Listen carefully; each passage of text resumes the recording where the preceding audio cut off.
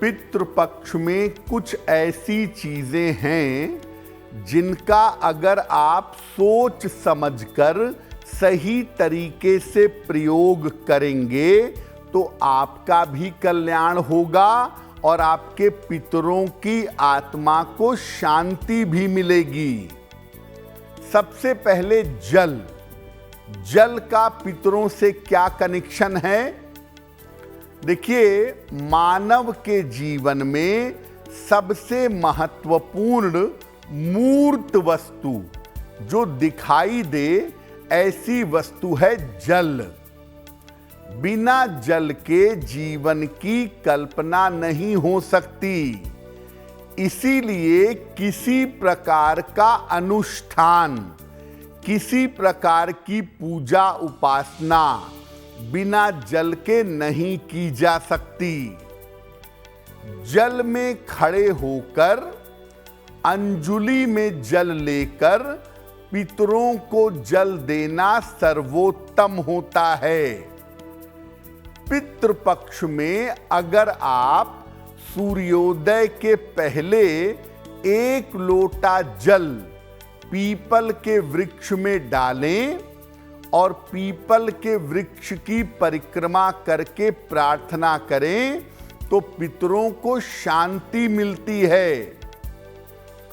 अगर आप पितृपक्ष में जल बर्बाद करते हैं, पानी की बर्बादी करते हैं, तो आपके पितृ पूजा स्वीकार नहीं करते।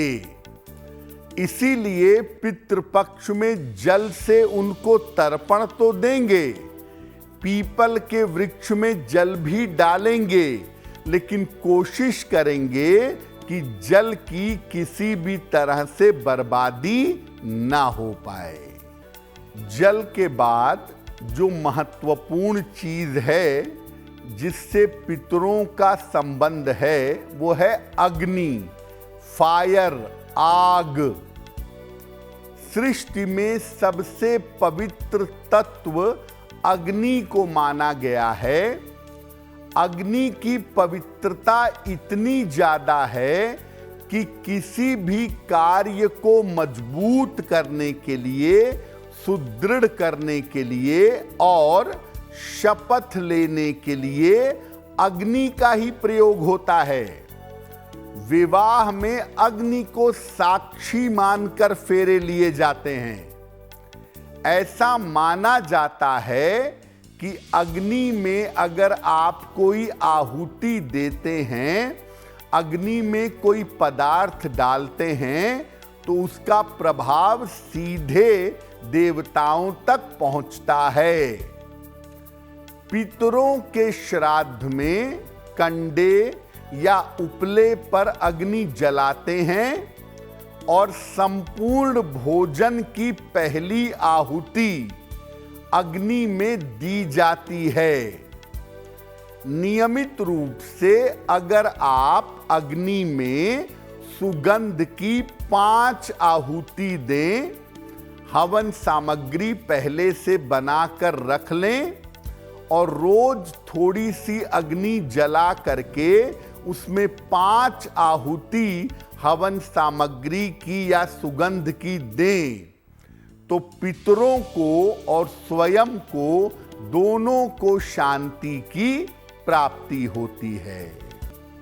देखिए, उड़द की दाल एक विशेष तरह की दाल है। एक तो दाल है, उसकी अपनी प्रॉपर्टी तो है ही, लेकिन साधना, पूजा, उपासना, पितरों के कार्य में, तंत्र में इसका विशेष प्रयोग होता है।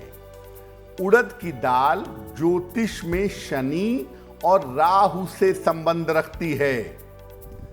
पितरों को अर्पित की जाने वाली जो खाने की वस्तुएं होती हैं, चावल है, बड़े हैं, दाल है, सब्जी है, उसमें उड़द की वस्तुओं की प्रधानता होती है।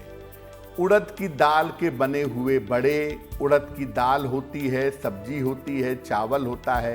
ये भोजन में पितरों के नाम से निर्धनों को खिलाया जाता है।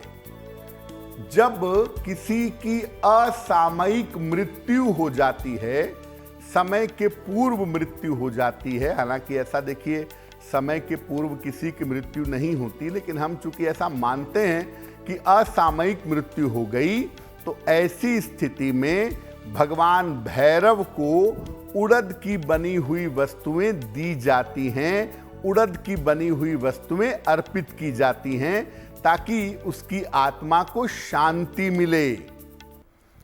अगर पितरों के याद के कारण या किसी के देहांत की वजह से भय लग रहा हो, तो शनिवार को पीपल के नीचे साबुत उड़द के थोड़े से दाने रखिए, उस पर हल्दी और सिंदूर से तिलक कर दीजिए।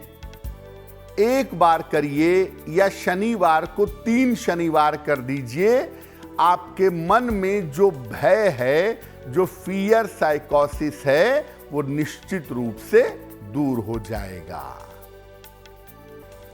पितृ कार्य में, पितरों को तर्पण करने में, दान देने में काले तिल का विशेष रोल है। काले तिल संपन्नता का प्रतीक भी हैं और शांति का प्रतीक भी हैं।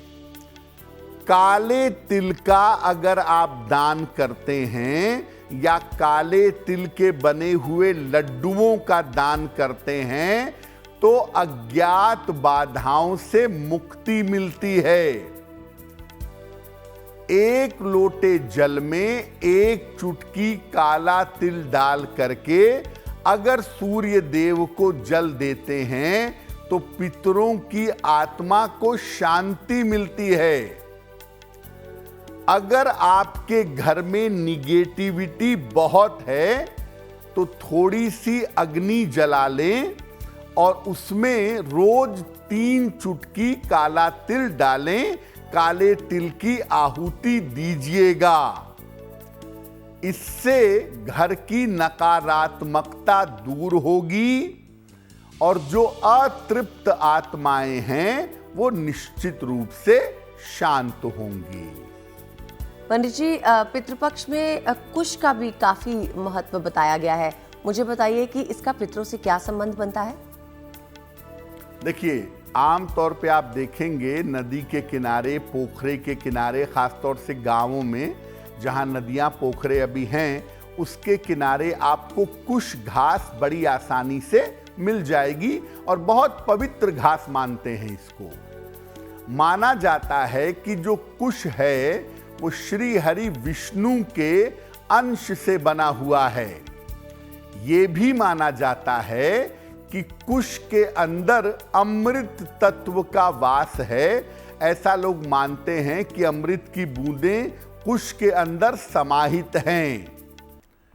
अगर आप एक पात्र में, बर्तन में कुश रात भर भिगा लें और सुबह उस जल से शिव जी का अभिषेक करें, तो तमाम तरह की बाधाएं दूर होंगी और पितरों को मुक्ति प्राप्त होगी।